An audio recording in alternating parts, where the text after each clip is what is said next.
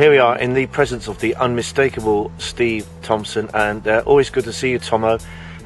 Bit of a shame I'm seeing you here in at the Wasps training ground as opposed to down in New Zealand, mate. You've won a World Cup, but not to be this time, hey?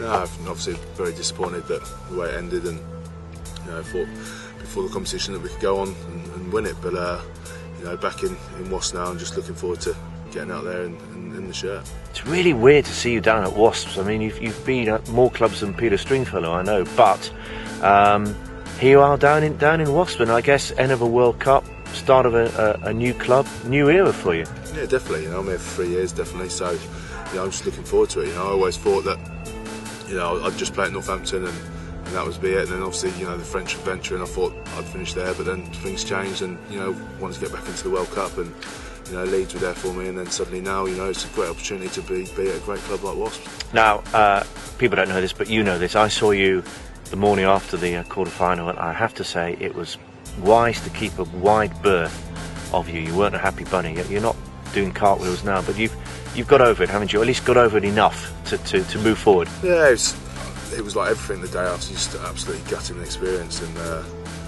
you see it just total disappointment. Even now, like you get when it's the only way I can explain it is you have the butterflies of excitement when something happens, and then suddenly, before it happens, it's leading up, and then afterwards, when it doesn't go the way you want, you have a deflation. Yeah, exactly, and you get I don't know what the opposite thing is to butterflies in your stomach. You just feel gutted and just caterpillars. Yeah, just kick up the arse all the time, really, and you just feel a bit like.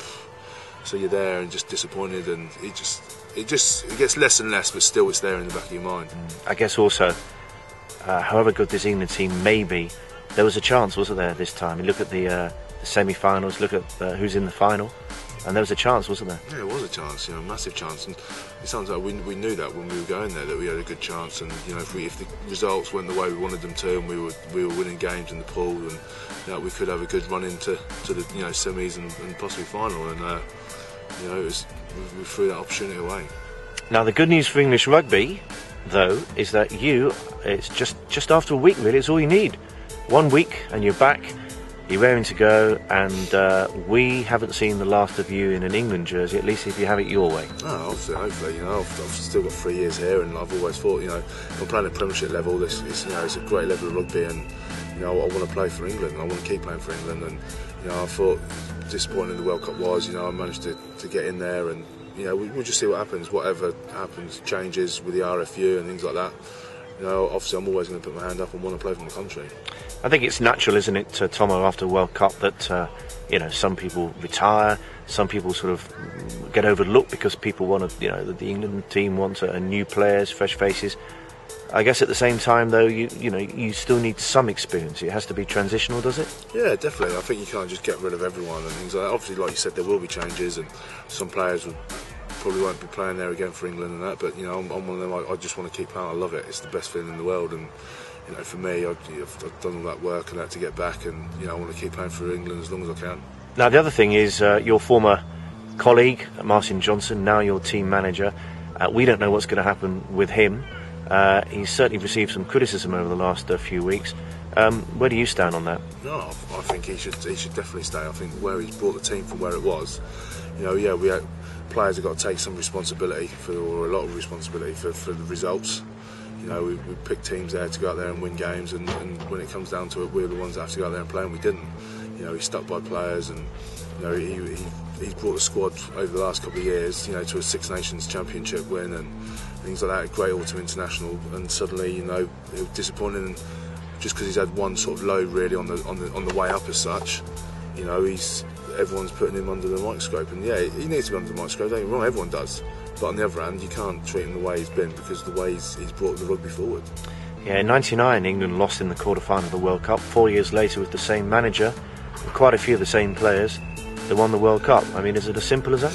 Yeah, we've got the rugby players here to do it, and I think Jono's the man to do it. And you look at it and just hope that he does stay on, and everyone can just move English rugby forward. I think it's fair to say against the French in the quarter-final, Tomo. I mean, excellent players on paper and on form, past form, but maybe, I don't know, it was a big game, just a lack of composure at the wrong time. Do you think a lot of those young players They've got a long career ahead of them, haven't they? And do you think they'll be much the better for having one World Cup under their belt? Yeah, they would be, but it's just a shame because in professional sport sometimes, you know, some of these lads might not get another chance. You know, it don't matter how young you are and things like that. And it shows in form, you know, in form before and then suddenly turn up and things don't quite go everyone's way and things like that. And in sport, someone can soon jump into your spot and take over it. And you know, that's how brutal professional sport is, and that's why we love it. But you sort of tend to hate it as well, you know, because if you do come out of form, you know, suddenly someone takes their chance, you may never be seen again. Now then, the other thing is that other people of West London and North West London yet come accustomed to seeing you on your motorbike, because that's one of your big loves, isn't it? Yeah, well no, not yet, because it got nicked 2 days before I flew out. No, did it? In England, yeah. No. Yeah, I stopped for a coffee and You're joking. And left my bike. Where? Came back just in Ealing, near where I moved. So I went out, thought going up, walked around to have a look at the flat, came back, bike had gone. So yeah, I'm just sorting one out there, trying for looking after me there, I must admit, and because I had to try and speed triple before, so I think I'm going to go for an old Bonneville, I think, 1960s, so it'd be nice. I'm not being funny, but whoever did it was either brave or incredibly stupid. I wouldn't want to be caught by you nicking your bike. I know, the worst thing is, for half an hour I'd been sat in Starbucks, so I was looking at the bike the whole time, and literally I was gone 20 minutes up the corner.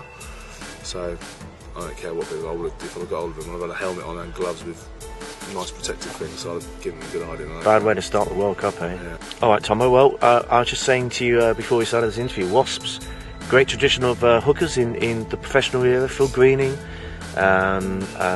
Ibanez, Trevor Leota, and now Steve Thompson, hey? Yeah, definitely. Like all sort of old, sort of, especially Ibanez, like he came and everyone thought he was finished at Saracens, and he came to Wasps, and he's been unbelievable, you know, and he was a big sort of idol of mine. I really liked watching him play, and playing against him was good for me. So, you know, to actually come to a club where he's played as well in the same sort of period of my career as he was in his, you know, hopefully I can achieve the same that he did. Alright, well, best of luck. Good to see you back. Maybe not as early as this, but anyway, long time to go in your career. Cheers, man. Thanks so much.